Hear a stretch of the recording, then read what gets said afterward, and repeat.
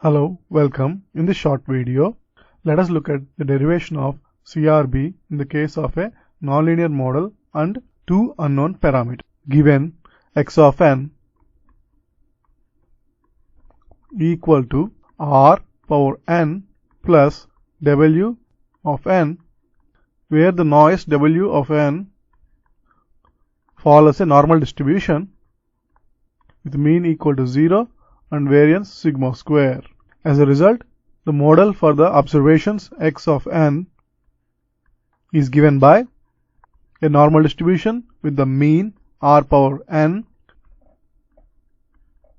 Our goal is to determine the CRBs for the parameters r and sigma square. That is, we want to find CRB for the parameter r and parameter sigma square.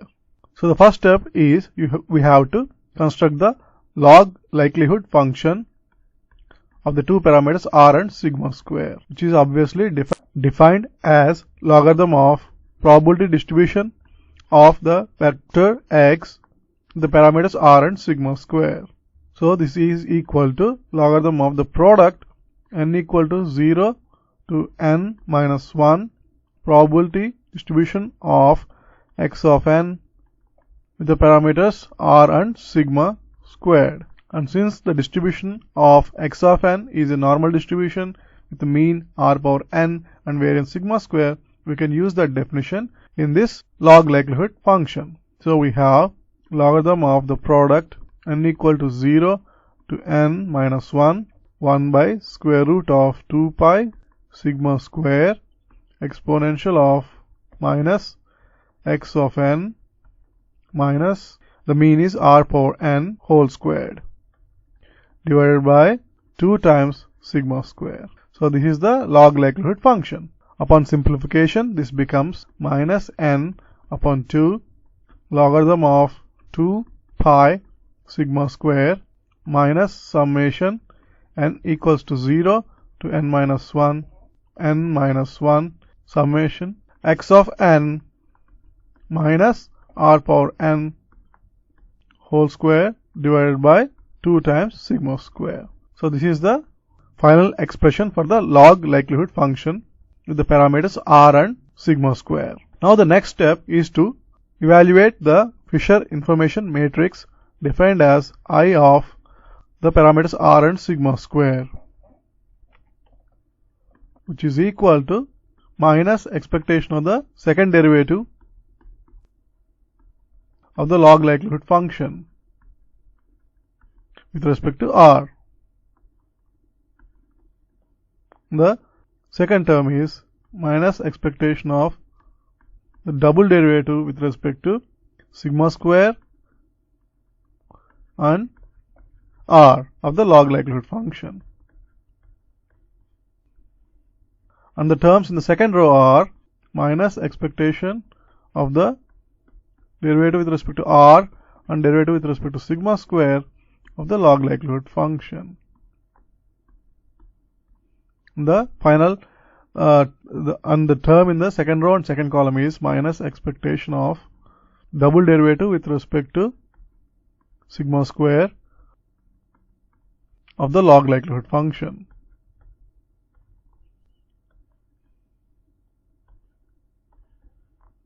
So this is the Fisher information matrix. Now we determine each of the terms separately. So the first term is the second derivative with respect to r of the log likelihood function, which is equal to the derivative with respect to r of the first derivative of the log likelihood function. That is, the first derivative of the log likelihood function given here with respect to r. So since the first term is independent of r, the derivative is obviously 0.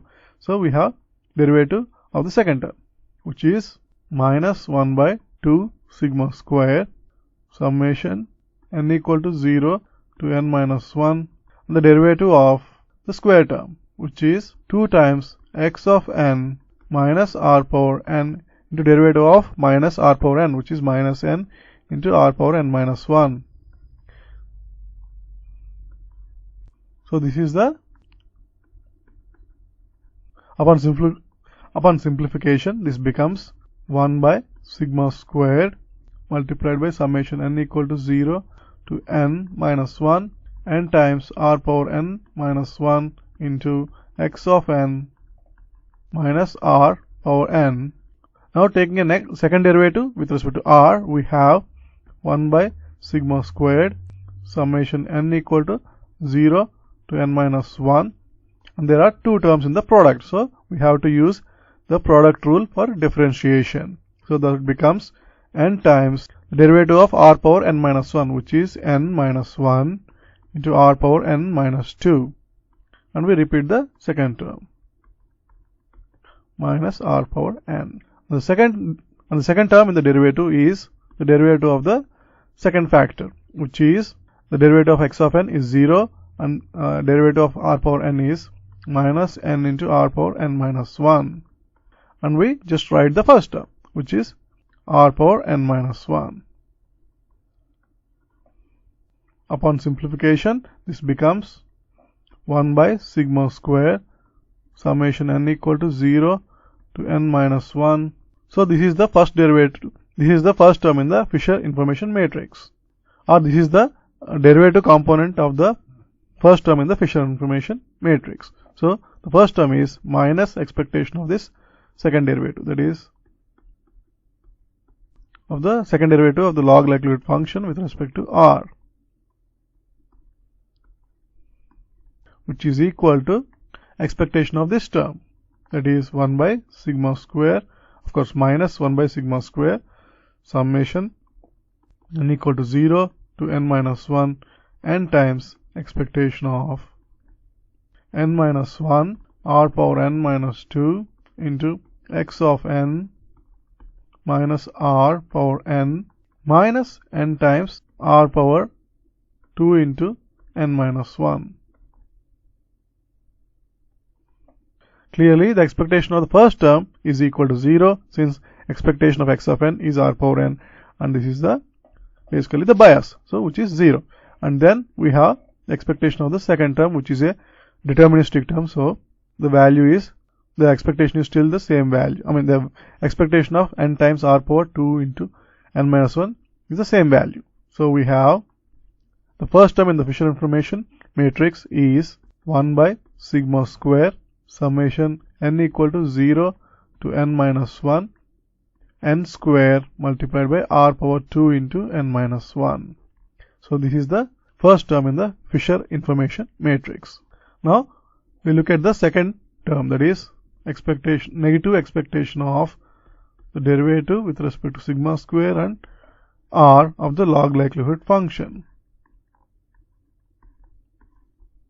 which is equal to minus expectation of the derivative with respect to sigma square of the first derivative of the log likelihood function with respect to r, that is 1 by sigma square summation n equal to 0 to n minus 1 n times r power n minus 1 multiplied by x of n minus r power n, which is equal to minus expectation of, since this is a basically 1 by sigma square multiplied by a term that is independent of sigma square, so we have the derivative, we have minus 1 by sigma power 4 into this summation, that is summation n equal to 0 to n minus 1 n times r power n minus 1 into x of n minus r power n. So this is equal to 1 by sigma power 4 summation n equal to 0 to n minus 1 into expectation of n times r power n minus 1 into x of n minus r power n. Clearly, expectation of this term is basically 0, because this factor is a deterministic value, so it comes outside the expectation, and we are left with expectation of the bias, which is 0. So the second term in the Fisher information matrix is clearly 0. Next we look at the third term, minus expectation of the derivative with respect to r and sigma square of the log likelihood function, which is equal to minus expectation of the derivative with respect to r of the derivative of the log likelihood function with sigma square, which is, so derivative of this term with respect to sigma square basically becomes minus n by 2 into derivative of log sigma square, which is 1 by sigma square. So the first term is minus n by 2 into 1 by sigma squared. And the second term is the derivative of this term, which is basically minus 1 by sigma power 4 into the rest of the sum. So basically that becomes plus 1 by 2 times sigma power 4 into the summation n equal to 0 to n minus 1 x of n minus r power n whole squared. Of course, there is another bracket, that is derivative with respect to r. Now we have minus expectation of the derivative of the first term with respect to r is clearly 0, and then we have the derivative with respect to the second term, which is 1 by 2 times sigma power 4 into the derivative of the second term, which is summation n equal to 0 to n minus 1 2 times x of n minus r power n into minus n into r power n minus 1. And clearly this expectation is also equal to 0, because the expectation of the sum becomes sum of expectation, and expectation of the bias is clearly 0 here. So even the third term in the Fisher information matrix is equal to 0. Now let us look at the fourth term, that is the final term. That is minus expectation of double derivative or the second derivative with respect to sigma square of the log likelihood function, which is equal to minus expectation of the first derivative, the derivative with respect to sigma square of the first derivative with respect to sigma square, which is again minus n by 2 sigma square plus 1 by 2 times sigma power 4 summation n equal to 0 to n minus 1 x of n minus r power n whole square.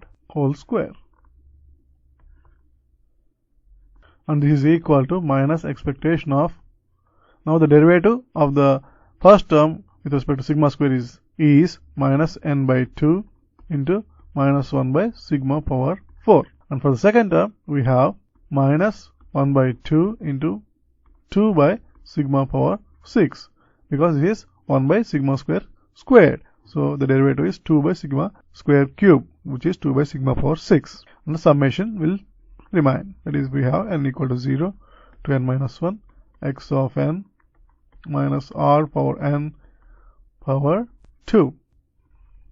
So this is the fourth term basically simplifies to minus n by 2 times sigma power 4 minus plus 1 by sigma power 6, and this is summation n equal to 0 to n minus 1 expectation of x of n minus r power n squared. That is expectation of the square of the difference between x of n and r power n, which is basically the definition of variance.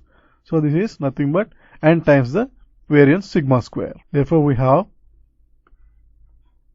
minus n by 2 times sigma power 4 plus 1 by sigma power 6 into n times sigma squared. That is the variance. Therefore this is equal to n by 2 times sigma power 4. Therefore the Fisher information matrix I of r comma sigma squared is equal to, the first term is this summation over sigma square. That is, we have the term in the first row and first column is 1 by sigma squared summation n equal to 0 to n minus 1 of n square into r power 2 times n minus 1. And the term in second row and first column is 0, and the term in second column first row is 0, and the final term is n over 2 times sigma power 4. And from the definition of CRB, in the case of a vector parameter, clearly the CRBs for the estimators r hat and sigma square hat r hat is greater than or equal to sigma square over the summation n equal to 0 to n minus 1, n squared multiplied by r power 2 times n minus 1. And similarly, for the variance estimator sigma square hat, the variance is bounded by 2 times sigma power 4 divided by n. Thanks for watching.